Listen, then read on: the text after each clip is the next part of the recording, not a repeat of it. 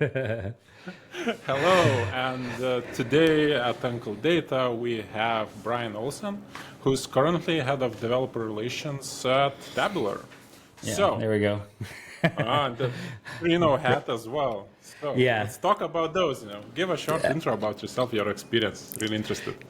Yeah, so I spent a little bit of time doing, traditional data engineering work, although my title was always software engineer.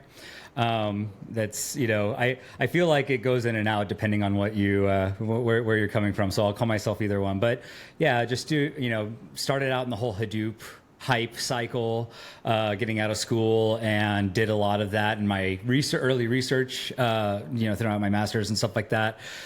Then, so I was just very hardcore into data, did 4 years in a cybersecurity firm and got to do more of that.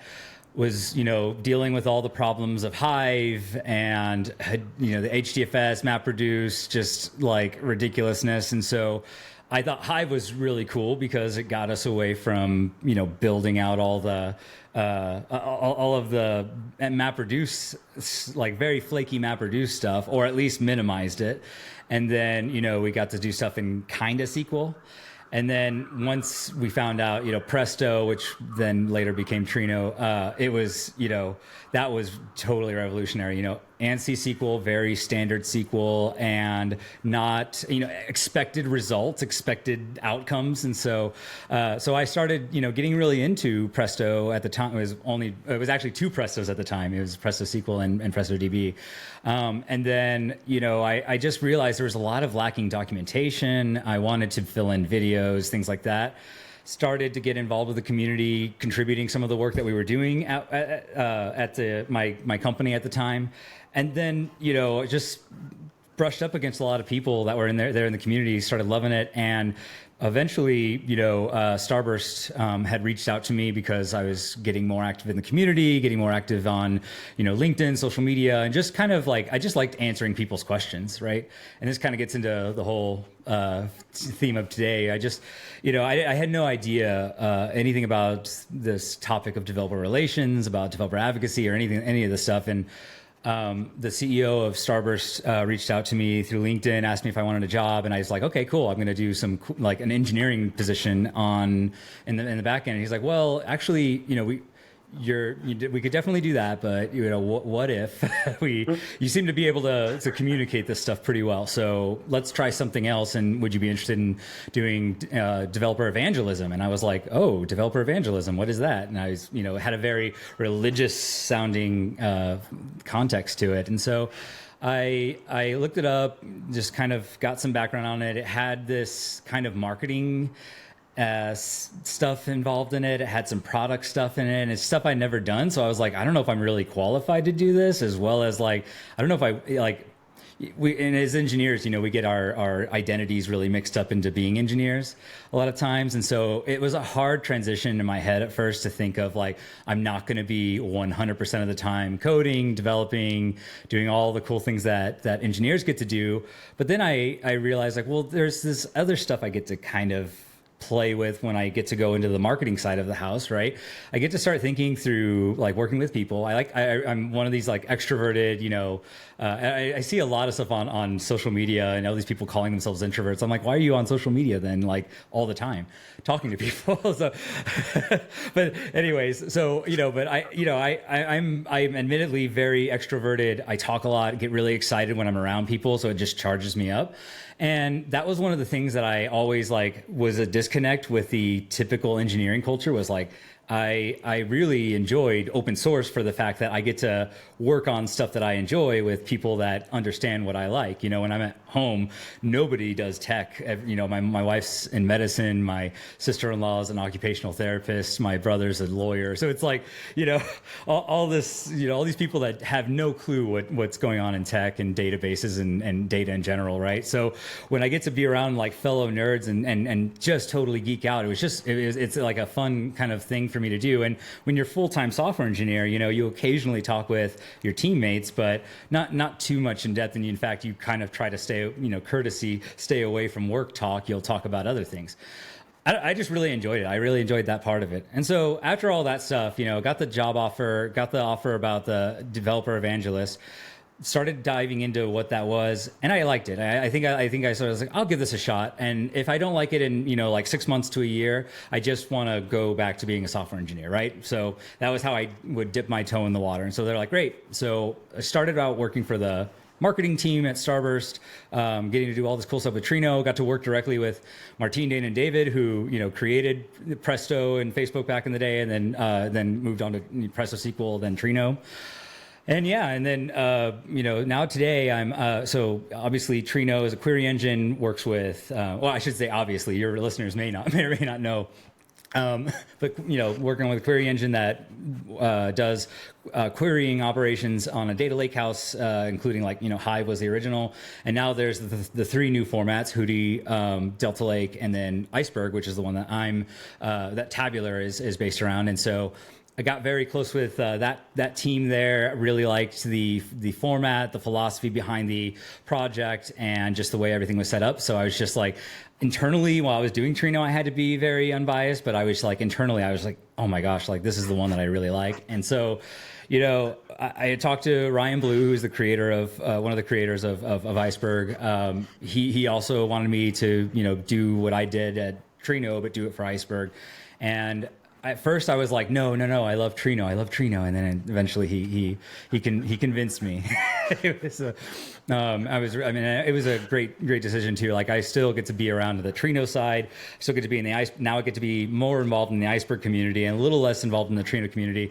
But it's still like I'm still part of both worlds, and I really, really like that. And I think these two technologies in tandem are something that gets me super excited. So that was a long intro, but yeah, that's that's what I tend to do, is ramble on. So I'll stop right now. Okay, so it's clearly visible, that you're quite extroverted person, and when you're saying, oh, you're introverted, why are you on social media? So yeah, I tend to put myself as more of an introvert, but yeah. I know that I'm somewhere in the middle because I like to geek out with on certain topics with certain people. So that's clearly So you're selectively introverted. Yes. When it's my excuse, no, I'm introverted, I'm drained out. But in some cases, that's actually the case. Okay, so basically, what happened? You were a walking Stack Overflow on Starburst, right? And now you kind of. And then you transitioned to now walking Stack Overflow for Trino as well on Iceberg. So that's nice. Yeah, absolutely. Yeah, it was and that's really where it came from, right? That's where a lot of this stuff is like, when you as an engineer, I think most engineers have empathy for other engineers. Like we want to write good documentation and help each other out and test things the right way. Like I don't think anybody intentionally doesn't do that stuff or intentionally doesn't write docs or anything like that, right? It's just like not as interesting, and then you just don't think about the consequences. But then if you ask like any engineer, right, they're doing engineering because they think there's like a grander effect to the work that they're doing, right? And so that's where it comes from, right? I think there's this like deep amount of empathy that we all have for each other, the work that we have to do, and it's very difficult. And I think that's where I was like, oh my gosh, there's no there was docs, but there was just like so many missing gaps, and I was like, I need to start filling those in, and all this other stuff. So it just kind of came up naturally for me, like, and I did that in my own jobs, right? Internally, I would always kind of own the wiki or own the various docs going on internally, and I would always like, for the engineers that struggled conveying what was going on inside the project, I wasn't the type that would just take their work and be like, this is mine. I very clearly would delineate this was all their work. I'm just the one like kind of conveying it, right? So I was always naturally, had this knack to kind of communicate what things were going on. And it was important because if nobody else inside the company knew about this project, then like we were engineering for nothing, right? And it's the exact same thing in open source. Like Presto was just revolutionary for me, going from Hive to Trino and that query engine jump. Same thing with when I went from the Hive table format, or the bespoke table format doesn't actually exist, but then actually to a spec that everybody can follow, that's very community driven and all this stuff. That's both of these projects, when I found out about them, I was just like, it solved all the issues of late nights and diving through a whole bunch of Cloudera forums to figure out, okay, this is my version of Hive, that's this version on Hortonworks, then I have to, you know what I mean? It's like you had to do so much extra work, and you just relied on hopefully finding the right exact things like configurations to jiggle a little bit that somebody else tried and posted, thankfully, and then you fixed it, right? But I was like, so much of your work, and it's like, it's not even engineering work, it's just boring. So it's just Googling, you're just Googling, right? And that is a lot of engineering, but it's like, man, if the answers are just much more readily available, I think that was what bugged me. And so like, this is a great technology. People need to know about this. People need to know how to use this. I want to make this easier. And so I started, it just kind of naturally came up, right? So that's really where this it was an accident. It was all an accident. And I just happened to come across it. So anyways, rambling again. So did you find the Stack Overflow post, like during those searches, right, where someone posts exactly the same error, and then, like at the comments he writes, oh, I got it. Yep. And then, I always love those ones where you find the Stack Overflow, and then like they ask the question, and then like 2 days later, they're like, I found it, and they post the answer, and they like check their own answer off and stuff. And that's totally valid, right? It's like, as long as you're not just, you didn't just know the answer automatically, but it's I think that's like one of the best things that I thought about like Stack Overflow is that's that empathy kind of bubbling up from the engineers, right? Joel, I can't remember his last name, but Joel, I'm not going to try to say his last name. But him and the coding horror guy, you know what I mean? Jeff Atwood. So him and Jeff, right? Like they were just like, well, there's so many of these like similar problems that we all run into. Like, what if we just put this all onto one site that really fit the, Google SEO model and just made sure everybody could find this stuff? And it's just been, without that now, I don't know how development has probably gone so much faster just in the name of like having Stack Overflow available to us. It's probably just sped things up so much. So anyways, and now we're seeing, this proliferation of not just the, Stack Overflow, but now it's like people want things like customized, right? They want things to just, you see this with AI, right? You see LLMs and stuff like that. You want to be able to you have the whole history of everything that's been said about this product and all the documentation for it and any book that's been written on it, all condensed into a very well-trained LLM model, and then ask it a question, and then it can tell you exactly what it is. Obviously there's a lot of problems there still, but, I really hope that one day, DevRel came out of this need for specifically having somebody who knows different people in the community, who knows, at least most of a good chunk of the answers that they can get you started. Because the majority of people that are reaching out are people that want to get started. So when you look at like the people that are coming to me, they're all brand new, and they're all asking the same questions. And what that tells me is I'm missing documentation. I'm missing a compelling enough tutorial. I'm missing making this answer very easy for them to find, right? And once I address that, I'll write a blog, or I put something on like our forum that has like all of the, maybe like some permutation of this thing. So like we had the Trino community broadcast, and we used to do a question of the episode kind of thing.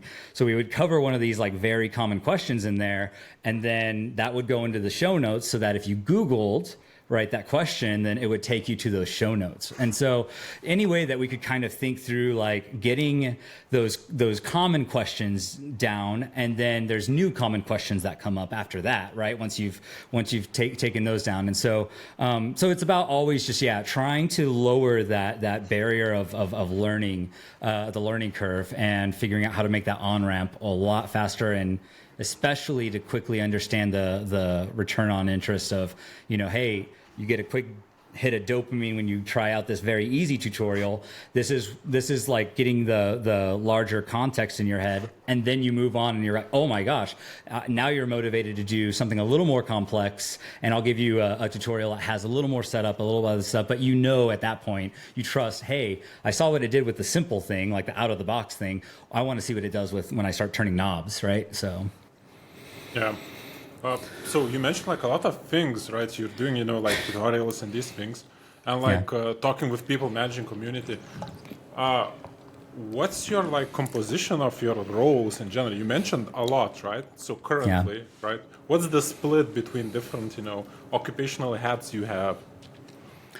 Yeah, it always depends. Kind of, at Starburst when I first started out, it was like purely get everybody to know about Trino and a little bit about Starburst. So awareness and marketing was definitely more of my hat when I first got there, and I was like, I was actually kind of most engineers would have been like, oh, marketing. It was actually really interesting to see the issues and problems that marketing, like tech marketers, have to face, and start developing a little bit of empathy for their job as well. As much as we get annoyed by marketers when you go on, like there's a Liam Neeson meme where it's like, he's like, I don't know who you are, but you visited my website once, and now I'm going to keep hounding you with new ads and things like that, right? So like we all kind of get annoyed by marketers to some degree, but they're all doing the job because they believe in the product that they're talking about, and they want you to become aware of it and to hopefully solve your problem. At least the good ones do. The other ones just want to make all sorts of money, and they're evil. But there's good ones. Obviously on the engineers side, right? Yeah, this is on the marketing side. Now on the marketing side. Yeah, on my marketing side, I have a question then, Since marketing is all about numbers and conversion, right?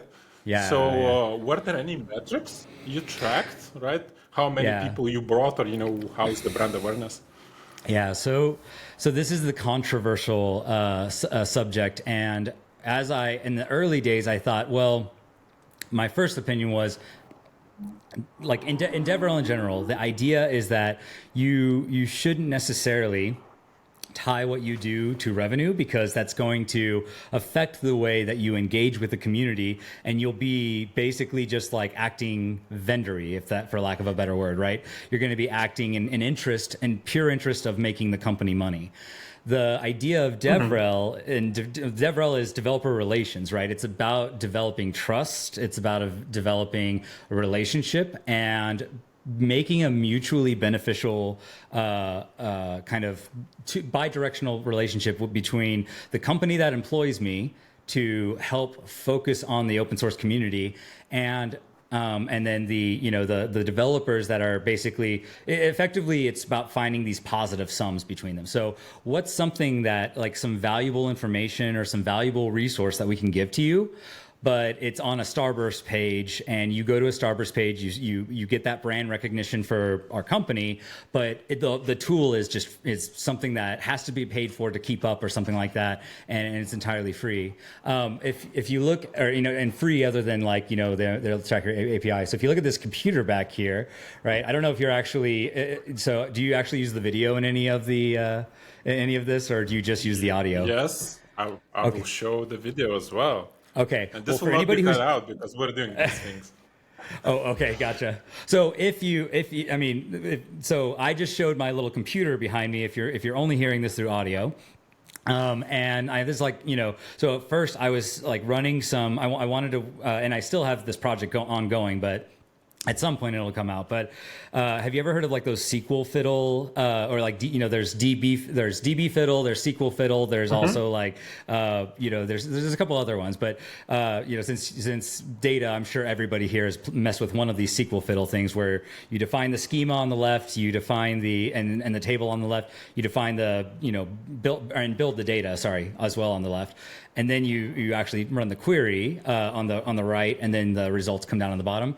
I wanted to make this for Trino, and so we were working at one point and this got pushed in the back, but this was one example of like what you could do. Build up one of those, Trino, or like say Trino fiddle. That's what we're going to call it, Trino fiddle. And so if you have Trino fiddle, you get all that stuff. You can share it, share these little code snippets of SQL with your friends, and it's Trino SQL specifically, right? And so Trino it's valuable on multiple fronts, right? It would be valuable from the fact that if you are using Trino, but also Trino itself is very closely tied to the ANSI spec, so it's like a very clean version of SQL that you could share as well. So having something like that has to be hosted, that has to have all these resources, right, and stuff going on in the back end. And so, I don't think most developers would care if they got this service to just share, these little code problems and put it on Stack Overflow and linked all this kind of stuff. They would just put it there, and then if we just have a Starburst banner at the bottom, I don't think anybody's going to really care that much, right? It's like, that's the trade-off, right? You're trading the, having to see the ad, but eventually kind of getting that association of that brand, because there's this philosophical effect called the mere exposure effect. As you see something enough times, after you hear a song enough times and all this kind of stuff, you slowly begin to like it. So if anybody was curious why people pay so much for advertisement. And so if that's at the bottom every time you use this tool, then slowly you're going to be like, you'll have Starburst in the back of your mind when you're thinking about Trino, right? So that's the kind of like positive sum trade-off. We're giving you some resource, but in trade of, you just basically seeing this ad, right? It's just like Google or any other kind of advertisement on the web. So that's the kind of games that we as developer relations people want to play. We want to play games that are actually like, the thing is, like, we have a litmus test. We are developers ourselves, and we know what we actually care about and what's not. Marketers are like, let's do something very flashy, and they're gonna love that, when we do this like very cliche nerdy thing, and it's like, you just know that's like, there's some things that will do okay, and it's like, you're not gonna like hurt anything if you do that, sure, and it does usually end up getting a little bit of buzz, but it's like, it's nowhere near as effective as just like creating a code repo where people can just like watch you do a small, simple version of this code and then dive into that repo themselves and start playing with things, right? So there's just like, it's just this kind of gut feeling once you've been an engineer for a while of like stuff that it's like, the golden rule, treat others how you would treat, yourself. And it's like, market to others, is kind of the developer rule. Market to developers how you would want to get marketed to. And so when you have this intuition, you can really help out the marketing teams not fall flat on their face in their developer focused marketing. And then you yourself, it's so anyways, you asked about the connection there. To some degree, and when I first started, of like the metrics, I was like, marketing cares about marketing qualified leads, MQLs. That leads into sales qualified leads. And so this is all funnel, right? They model this as a funnel, and at the top of the funnel is marketing, at the bottom of the funnel is sales. And that's going to assume that some level of the marketing qualified leads are not going to follow through and become a customer. But then when you get the sales qualified lead, then that is where they actually convert from prospective into customer, right? So where DevRel falls into that, there's a couple ways that people have modeled this, but if some places that are, or some companies that claim they have DevRel is just another layer of marketing on top, that they hire a developer, that developer's MQLs or KPIs or whatever, MQLs, KPIs and full objectives like are tied back to the revenue. As soon as you make the goal of that DevRel team tied back to the revenue, and that's how you determine success for that team, then typically their actions become very driven around like, how do we get as many eyes as possible? How do we get as many people flowing through so that we improve the MQL, which eventually improves the SQL, right? That's, the theory, and the most effective DevRel teams explicitly cut that revenue tie to the DevRel team away. And so what do you measure at that point? It just depends on so DevRel at that point. So you've cut off revenue. Well, then how do I know my DevRel team is doing a successful job? So It depends on what you care about, right? So sometimes it's content. So when I was starting out in marketing, I realized that quickly I had to cut the revenue part, and I made that plea to my marketing team, and they were like, okay, cool. But then they still had me like 20% of the time helping out like people that were tied to revenue. So you were giving some technical advice internally, which is fine. And then like 80% of my time at that point was then trying to really like write blogs for Trino. I wrote a couple parodies of like very popular songs and on my guitar, and then I would just like sing nerdy tech songs. It's one of my things I enjoy doing anyways, and how I think it's a good way to kind of convey common silly things that go on in data engineering. So then like doing a lot of that stuff, and over time though, it was always still this weird tension when I was in marketing of like they wanted me to talk more about Starburst over time. And I was like, I mean, I understand like you want me to do that. And because we were getting to this point where we had a SaaS product, and the SaaS product was incredible. I mean, it was much more easy to like tell people, hey, try this SaaS product. You just got to basically go through a form wall, right?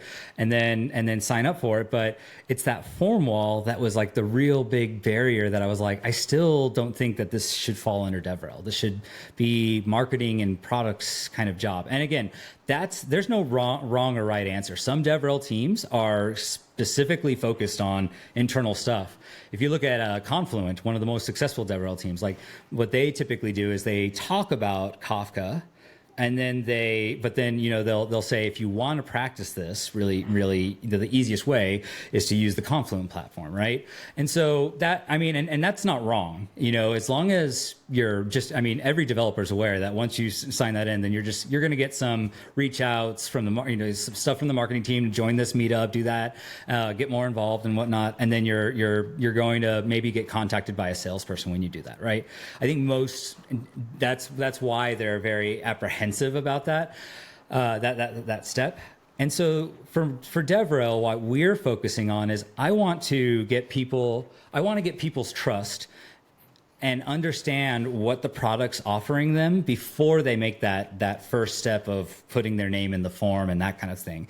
And you could do that very easily in open source. It's basically the product before the Starburst product. And so the beauty of open source is that, somebody can just pull everything down, no big brother or no marketing team kind of watching you, what you're doing. You can just, with full autonomy, make your own decisions about this and your own thoughts and understanding how it works with your data and all that kind of stuff, right? You develop all of your own thoughts before you get asked, hey, come into a meeting, try this out. And it's this kind of low stakes, I don't feel bad if I cut this person off kind of thing. Like, this salesperson off and say, no, I don't have time. You just want to kind of have your own autonomy to basically feel like, oh, okay, I do like this or I don't like this, right? And sometimes that when you're going straight into a proprietary software, that just doesn't feel always the best. And you also want to think about, well, is the open source enough for us as well, right? And so you may not even be ready at a point where you're having smaller use cases, or you're not having to worry so much about maintaining a larger cluster or anything like that, particularly in the database case. And so you want to, you're perfectly fine starting out with just open source. And that should be perfectly, like, your DevRel team should be able to function having plenty of those people in the community. The way that it's commonly modeled, so you think of that cone again, that little shoot, I just lost it. Funnel. Filter. What's that? Funnel. Yeah, I could not think of. I said filter. Funnel. So you have that funnel. One thing I liked. So there's this software for developer relations people called Orbit, and so what Orbit does is it helps you basically keep track of activities and people that you run into the community and that kind of stuff. And they have this really interesting model called the Orbit model. So it's kind of a circle, and they modeled that circle on top of the funnel. And so what this circle is trying to do is not they called it like the ice cream cone model. So the funnel is now an ice cream cone. The circle on top, the community, is the ice cream. And so, what you want to do as a company is you want that ice cream to melt into the cone, but you can't guarantee that. And it should not be DevRel's job to guarantee that it falls in the cone, right? It should be marketing and sales job to make the cone bigger. And you can help them do that and cast the wider nets and stuff like that. But your job is simply grow and make more ice cream, because you're going to grow the probability that more ice cream will eventually melt into the cone. So that's really where it comes in. And so now we talk about the metrics of, okay, what do we say the DevRel team does? Well, what's the thing that you can do that will grow the community more? And what I've found with engineers is that it's just show them how to use the dang software, make the documentation better, just figure out what is what is the biggest problem that people are dealing with. What are the people complaining the most on Slack? What are people complaining the most about on Stack Overflow? What is the most common questions? And start addressing those. Start making sure that there's an easy way to find answers to that, and that there's an easy way to get started, and that there's all these different cool ways to understand the full context in various different use cases that you might have with that software. So that's really where, the DevRel is trying to fill that gap. And so, that's when you make your metrics, right, there's no guaranteed 100% way how to say what's right or wrong. And it's a very commonly debated thing. But assuming you at least have done the right thing of cutting off yourself from the revenue, and then at that point, when you've cut yourself off from the revenue metrics, your focus is how do I growing the community metrics. Sometimes that might be some vanity metrics like GitHub stars or things like that. Those are a little shallow. What I like to see personally is engagement on the website, engagement with tools that we're making, like the one I just told you about, the Trino fiddle. Once we would have deployed that, which I'm still planning on doing, but will come out later. But ideally, you start seeing how many people are interested and engaged in this kind of thing. You could also make a forum or something like Discourse, which is actually Jeff Atwood's company now, the Stack Overflow guy. So he made a open source version basically of Stack Overflow, and you just run it for forums for your specific community. If a company wanted to run that or another server, if you have a Slack channel, that helps for immediate communication. But then maybe the company, very common pattern I've seen, and this is with Confluent, Druid, a lot of the Apache projects do this. They'll pull up a discourse, and then they'll have some people start talking on there and get some seed stuff going in there, and then it's basically like a very customized Stack Overflow that's run by a company. At that point, the resource is the knowledge and the verification of answers, because you go on Stack Overflow, there is obviously the check mark, but we don't know if you're, what I mean? You don't have people to actually verify that this person actually got this answer right. It's much more likely you'll get a better answer from with a whole bunch of people who are experts on the particular system, and they're incentivized to focus on that part of the community, not Stack Overflow, because then you'll come into that community and they'll understand. They'll have a lot more data, and they'll have a lot more understanding of what your problems are, what they should be developing, both in the open source to contribute back, or if it's something that's internal that wouldn't make sense in the open source that should be productized or to basically make some money. So that's really where you start thinking in the KPIs and things like that. And then there's these other parts of the job, which is PM type work. The most valuable thing I think that every open core company that's building on open source needs to get in their heads, especially all CEOs or anybody who happens to hear this, right? That's running a company on open source. You're the biggest objective should always be figuring out how to get that set of features that's missing in the open source that people are asking for, and get it either immediately in the open source, or again, it could be something that is a differentiator that you could productize on. But those signals that come from the open source is literally what keeps the open source technology alive and the proprietary technology alive.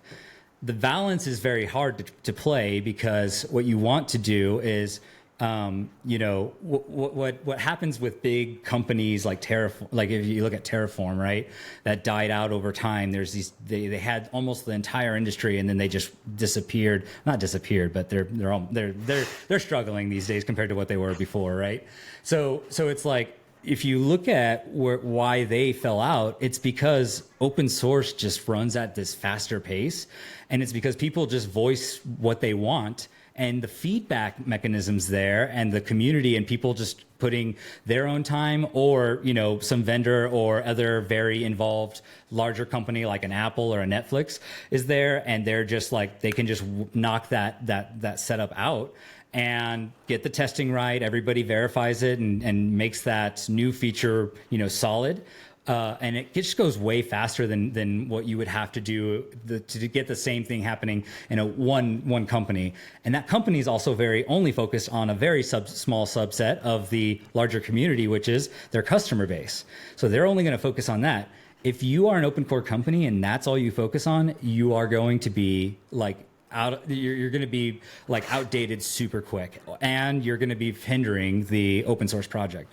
So it's always these really interesting like product decisions that have to come around this of, I need to keep the open source compelling, more compelling than any competitor out there. Here are these features that we hear of from the open source community. So let's start developing some of these. And this one, is like very obviously something that's easy to maintain in the open source. Let's put it out in the open source so that this is like an edge up over other open source opportunities, right? Because if you don't make that, if you make your open source product crippleware, right, then that's actually going to shrink your ice cream super quick. It's just going to melt, and nothing's going to fall into that cone, right? It's going to evaporate and go into another cone somewhere. So that is the constant like back and forth figuring out on the product side, and constantly focusing on those signals that aren't your customers, right? And it's hard for vendors to do that sometime, because especially as the vendor grows, there's just so many opposing voices, and all the salespeople want to back up their existing customers who are paying them a lot of money today. But if you do that, you're digging yourself into a big hole. And it's almost like technical debt. The more you do that, the worse off you are. So anyways, another rant. but that's really on point, right? For me, if I can get like properly or like easily started with a tool, I'm already, I don't really want to spend any more of my time, trying something more complicated. And even if I would try it, right, thinking then about going on the paid version or paid tier, it doesn't even make sense, right? If I didn't like it, open one. So that's actually makes a lot of sense. Okay, so like as I understand, you're a multi-hat person, so with the Trino at this moment now on some side, and on the tabular and iceberg a bit later.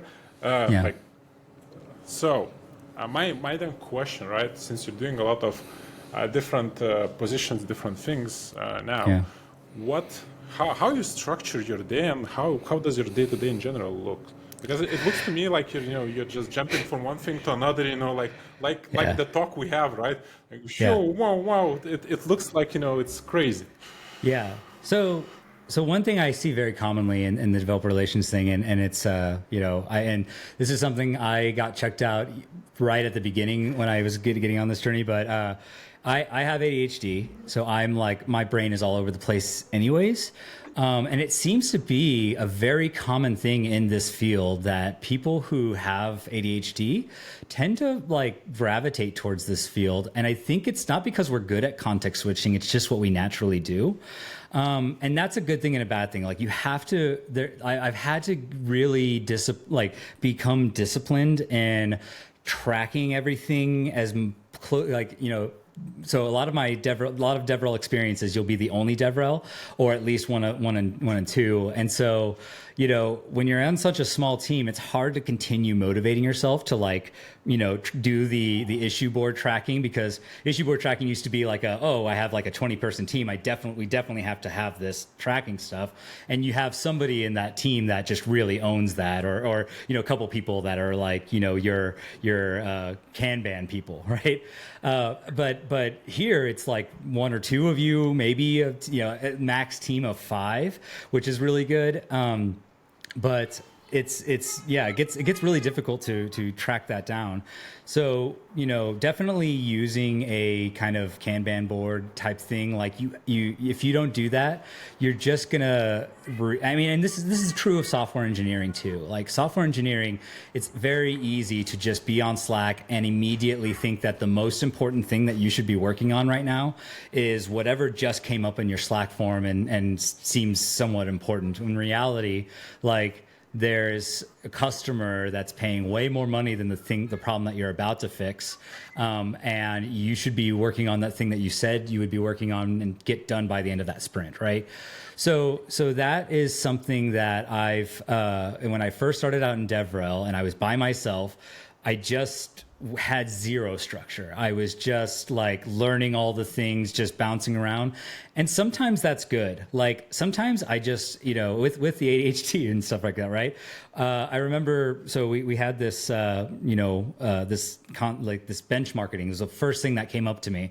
So benchmarketing, for those that don't know, it's when you literally run a benchmark like TPC or something like that, and make sure that, you know, whatever settings that you're running yours on is the better settings compared to your competition, so that, you know, your stuff looks favorable, right? And you'll, you know, maybe identify those configurations, or maybe you'll just kind of breeze over that. Even if you identify it, it's really just people really just scam over and look at the results. And are we ever surprised about that? I don't know. Probably not, because it's always going to favor whoever's talking, right? So I got really annoyed by that. And one day I was supposed to be doing something else, got super distracted by this benchmark that came out, trashing Presto. It was like all the variations of Presto at the time for their shiny thing. And I was just like, you can go back and find that I have a blog on this whole thing. And so I started writing a blog because I was just, so anger writing a blog at first. And then I pushed that aside and cleaned it up. And then I was just like, you know, like the way I like to respond to these things, they're just so ridiculous. So I was like, I'm just going to do something like with my guitar playing skills and just call out how ridiculous this is. So I wrote this Justin Bieber cover, and redid the words to basically say, like, you know, let me see if I can think of it's for all the times you thought that you could beat our speeds with a benchmark that forgets TPC or something like that, like the TPC Council, right? And so anyways, it's basically just a couple disses that I did to this thing, because it's like, what do we do? Marketing was like, oh my gosh, we got to respond with our benchmark. And I was like, that does nothing. That just annoys developers, right? It doesn't do anything. What I'd rather do is just be like, benchmarks are so stupid when they come from vendors. And just, how about in the point of the song is like, you know,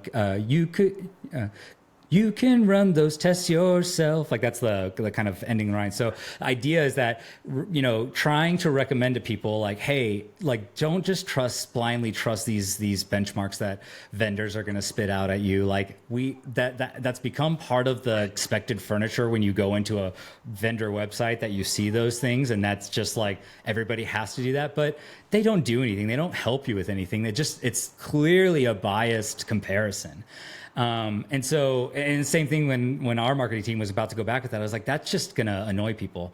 So then I ended up recording this whole song. I showed it to the CMO, the chief marketing officer. She cracked up, loved it. And I cleaned up the blog, because my first portion of that blog was just angry.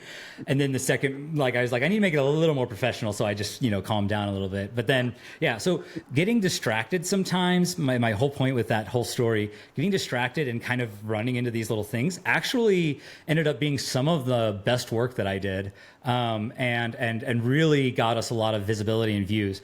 So sometimes I like to, just let myself flow with the wind of ADHD.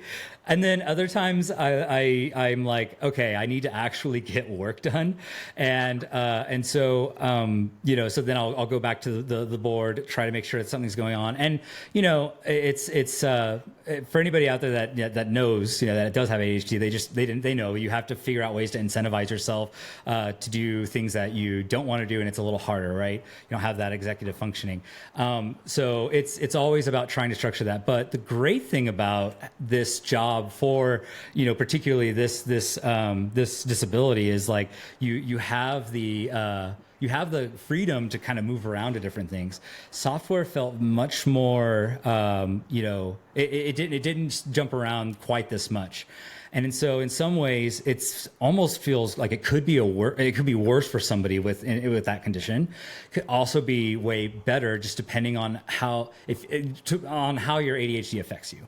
And so everybody's is quite different. And so if I happen to be lucky where if I do, I get excited about software and I get excited about writing code and stuff like that. So once I've done my tangent of like writing a guitar, like writing a parody about benchmarketing, then I can get back to, I get that out of my system, and then I'm just like ready to just go through and like code for 4 hours. So it's those kinds of things that are like, you try to structure your day in general, and that's always a challenge for me. I'm also on medication, so that also helps. But then, the real thing that it comes down to is like going to the tried and true types of tools. Always having a deadline. One of the things that I always tell anybody who manages people with like ADHD, or particularly just a DevRel team in general, because there's never really like a hard deadline like there is in engineering. And if you don't have a hard deadline, then you just kind of like, oh yeah, that can be future me, no big deal. And until there's really a deadline. So if you look at like, I hosted this show called the Trina Community Broadcast. I was up until like 2 to 4 in the morning sometimes doing that show, good amount of times, like just crunching in all of the show notes and things that I had to do that night before, because it literally took me to that extreme of pressure to execute. And they end up going super well. Like those end up being some of the best ones. But it wasn't healthy, right? It wasn't good for my sleep and all that kind of stuff.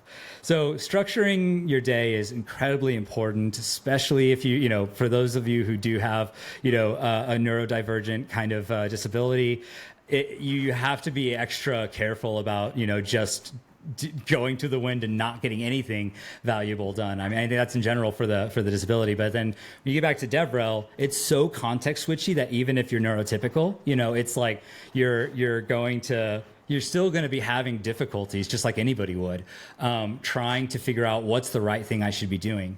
So I have basically a simple system where I just say, and this is very similar to what a lot of engineering teams do.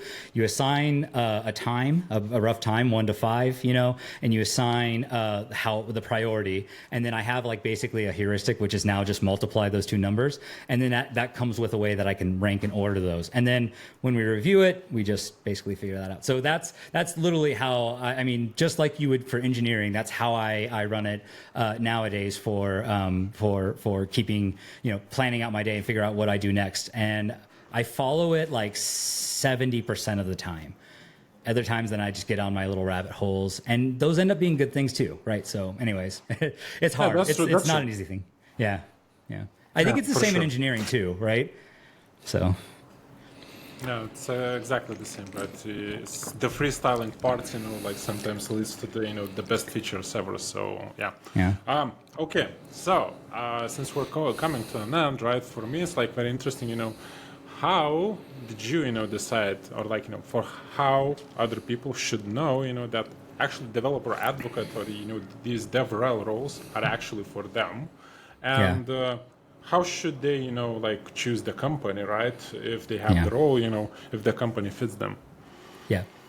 So, I being an extrovert definitely helps, Developer relations can be kind of split into 3 rough roles. Two of them are very much interacting with people. So that's the developer advocate, which is the newer word for developer evangelist. The community manager, which is the person that kind of does all the logistics. They're maybe a little less technical, but sometimes they're also technical. And they are more focused on like, making sure everybody's following the code of conduct, that nobody's, being mean to each other and all that kind of stuff. And then just, human router that helps them find the right person to talk to if they have questions, right? So that's community manager. Those people interact with people all the time. And so I'm more on the developer advocate side. Then, if you visualize as a triangle, right? On the other side, it's developer experience. And so if you're somebody who is less extroverted and you're kind of, but you're interested in stuff like, you are interested in making sure that projects are successful and documentation is super important to you, then there's a developer experience side that's more about focusing on what's the experience of this developer when they go in and do the getting started tutorial. There's this metric, a fake metric, but it's kind of a fun metric to think about called time to dopamine, TTDs. So ideally, you're lowering the time to dopamine on your docs, right? So that developer experience engineer is a little, can be a little less out in front of people, but and so you'll get to be a little more behind the scenes if that's your preference. So I think there's kind of a spot for most people, but what I would say is in general, like, the problems that you are interested in a lot of times, like if you're this person that make sure the wiki is perfect and you're making sure that communication's going well between teams, like those are definitely good indicators that you would do well in DevRel. If you have a lot of empathy in general, just like having like an abundance of empathy and just really wanting people to be successful and do their best. Like if that's, some people just have that and they want people to do their best, but it's not like they want it, And so if you're one of those people that it's like, that's a big part of your personality and you want to enable people and that's what like gets you excited. That's another sign. If you don't like being on call, which that could be maybe most of people, but if you don't like being on call or if you don't like kind of the mundane, like, sometimes, I felt when I was doing software engineering that the testing part, particularly, I always like creating things, I always like writing code, but the testing part was brutal. And I know it was so important because, especially now that I found out in hindsight, ADHD, if I did not have those tests there, I would make so many mistakes and errors and stuff like that. So being that level of tedium really was difficult for me with my condition. But then even without that, like everybody really gets nervous about when you push code to production once you're on call, getting something out there, right? And so that tedium and that work was just a little, once I stepped away from it, I was like, it was really heavy on me and just drained me so much. So now I get to still work on code, I get to still create things and do new things, but then I also get to mix it in with like human interaction and all these other things that I enjoy doing. And so if you find software engineering a bit mundane, that might also be an interesting career choice to just check out. Like I find it mundane, but then it's also like I love doing it. I love doing it when I get to do exactly what I want to do. And a lot of times when you're software engineering professionally, right, you don't get to do what you want to do. Okay, so your next question. That'll give you some instance of like, companies. So first and foremost, if you don't like the product, like you need to make sure you're not just like the product, like you freaking like the product, right? Or love the product if you want to go that far. And so like you got to be like behind that because you're going to be advising people to use this thing, and you're an engineer who understands the intricacies of how this works, hopefully. And so, if you don't believe that this is actually helpful to people, and you're in this thing where you're saying, "Hey, use this thing," like I couldn't. There's a handful of projects that I could not work for because I hate the experience on there. I hate the way it works. And if I got out of a job and that was the only job left, I'd be like, well, I guess I got to go back to software engineering, right? It's like you have to love the product to some degree of that you're talking about, because it changes the way that you think about it. It becomes kind of a fun obsession that you get to do. And part of your I dressed up with this little Commander Bun Bun hat hat. Again, people aren't looking. It's a little bunny that's in a spacesuit. I dressed up in this hat, played guitar, did anything that I could to get people to pay attention so that I could just tell them how awesome Trino is, right? And so when you go work for a company, like that's one thing is like the product, whether it's specifically the open source, but then even the closed source product, you have to love both of those. And if you're going to work at a company, you have to be 100% on there. Then obviously like the typical things with any job, culture, make sure that, that litmus test of like how they treat you and all this kind of stuff, right? If you have neurodivergent, something like that, or if you have another disability, right? How well do they take care of you? What's your time off like? What is the typical person working super late, or are they, do they do death march? Is it too laid back? On the other hand, sometimes there's like places that are just super lazy, and you're like, no, I'm a little too high wired for this. So then, you got to figure out if the culture is a fit, as with any job. And then the final thing, specifically in DevRel, is like there are DevRel teams, that are created by companies because it exists solely for the fact of you want to have developer relations on the ballot of things that you have in that company, right? It's the same thing when big data started, right? Everybody was talking about how they have a Hadoop cluster and nobody was really using it. They were just storing a bunch of data in there. And I'm about to write a blog, by the way, on this. I'll send it with you, Thomas, to hopefully get published with this episode. But, that talks specifically about this parallel that I saw with like big data. And now I'm seeing it with DevRel. Companies will adopt it, not knowing exactly what they want from it, not knowing if they need it. Excuse me. But sorry, let me get my thought back again. Cut this part out. They won't necessarily know exactly if they want it or anything like that, but what they do try to do is like, okay, well, we'll get this DevRel team in here. They'll start out with things that we're familiar with, like marketing or like product or like, and so they'll pin you in that role. And then you end up just becoming that an extension, in marketing, you'd be a technical product marketer. And product, you would be basically just another PM that does a little bit of open source stuff, but then primarily focuses on the internal project. And if that's okay with you, like by all means, like, do that job. They're overpaying. I mean, in some cases, they'll be overpaying you to be a marketer. So, I mean, if you like marketing, then great. That's a sweet gig for you. So then, you just gotta figure out, what my goal always with these companies, I am primarily concerned about growing the open source community. It's one of the benefits that I get for working in an open core community because I get to be a part of that something bigger in my head. And that's what gets me up, right? And so for somebody else, that might be totally different. But in my case, since I'm working and I'm advocating for the open source community, it's incredibly important to me that I know upfront that all of the C-suite people, all of the leaders that make decisions and stuff like that, really have an understanding that we need to cut the revenue model from the DevRel success model. And we're going to be focusing on this, just asking those types of pointed questions, because I will tell you, it is impossible to change people's minds unless they saw the light somewhere else.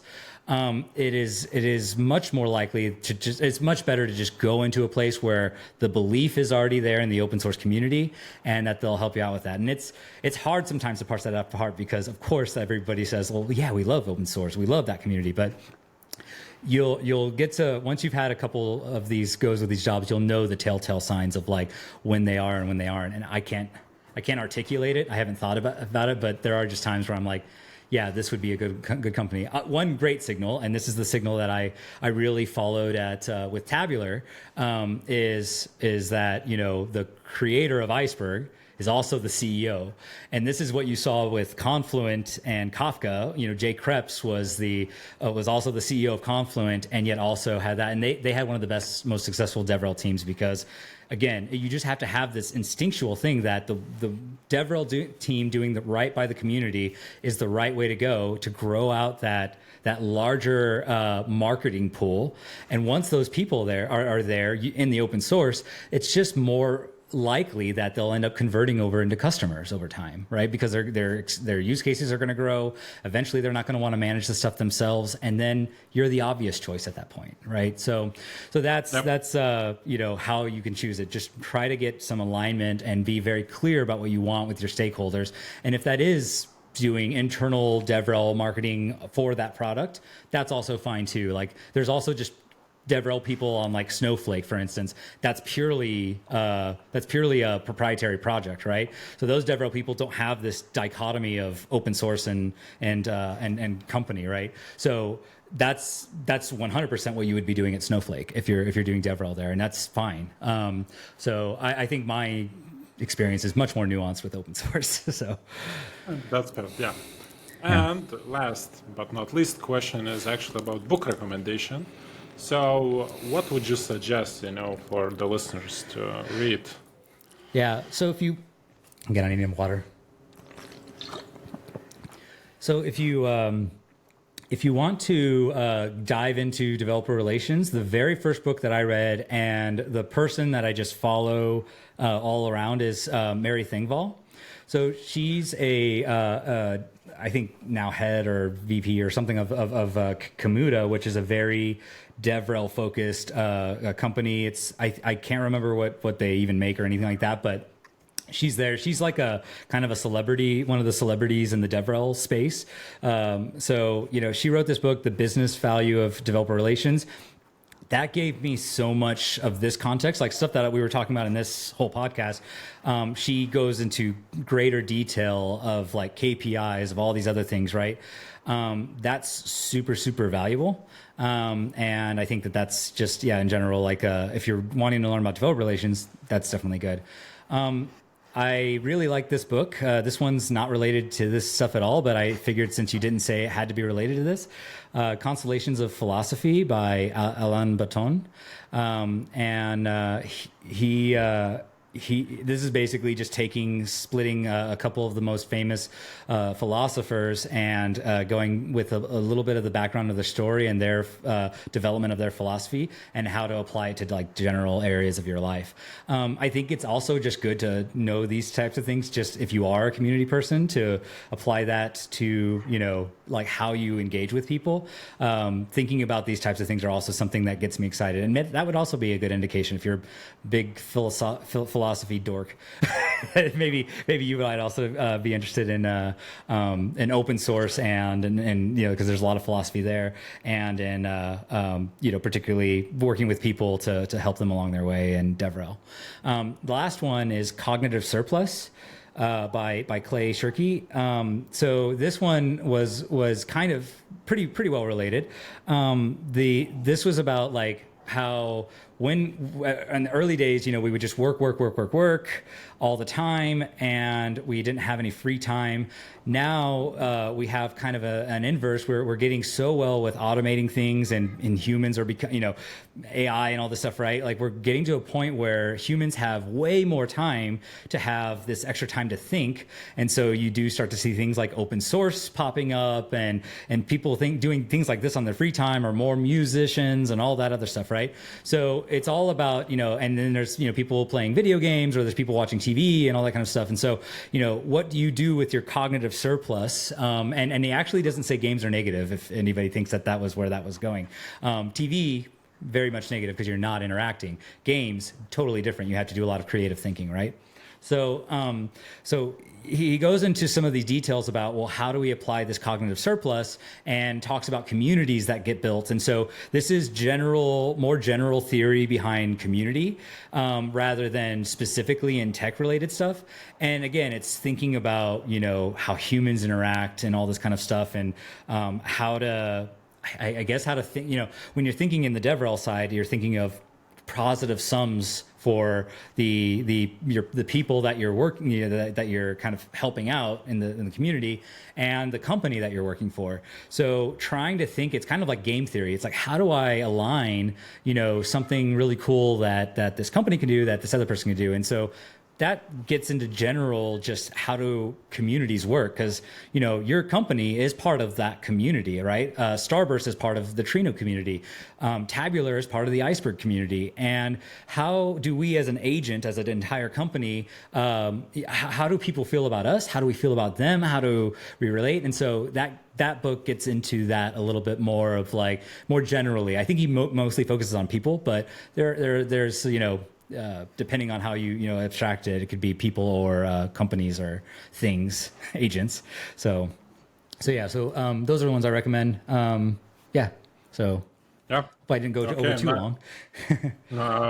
Like very nice. Like your input and your experiences here were super valuable. So thank you for your time. You spent a lot of talking and your mouth is probably super dry now.